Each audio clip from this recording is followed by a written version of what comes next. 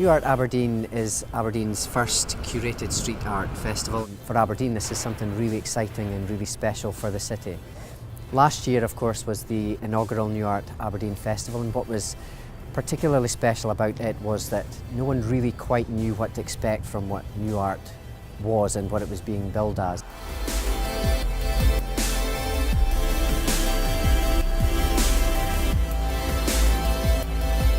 When production started, there was such a positive buzz about the city, about these apparently spontaneous works of such a good quality from artists from all over the world coming here to produce, that it created an atmosphere that I don't think I've ever quite experienced in Aberdeen. For me, what's so special about Nuart Aberdeen was that it was one of the first festivals that's left an almost permanent legacy from which we can all benefit from through regular walking tours. We're very proud to have been able to secure a number of awards at a national and European level.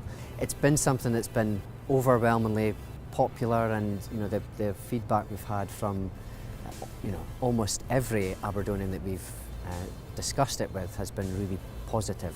Makes it a lot more fun to walk around because you go down little back streets and you see just random things drawn on the wall, and makes the city really nice to walk around. It just adds a bit of freshness when you're walking through the street. It's something nice to look at. It's brilliant. It's just brightened up some very dull spots in Aberdeen, and it's also a trail, I think, that people can do and go and see all the different works of art. I think probably because Aberdeen's been through a bad time recently, downturn in the oil industry, so many people losing their jobs. So I think anything that shows the city in a more positive light has to be a good thing. I'm quite fond of it, to be honest. Aberdeen's quite a miserable looking place. Everyone's granite, everyone's grey, everyone's pretty dour, and that definitely brightens it up. It makes me notice the buildings that I didn't necessarily notice before, but the Nuart Festival, that really got people to actually travel around the city and see how beautiful Aberdeen actually is. I didn't know that it was coming back, so now I'm very excited. Well, it brightens things up, does it? It makes it a lot more interesting to look at instead of a plain building. Only if the artwork's decent, which it seems to be, so it's great. And plus it's a small tour that people can go and walk on. They can see it physically themselves. If you're into photography, you can take pictures. It costs nothing, you just go and look at it and enjoy it.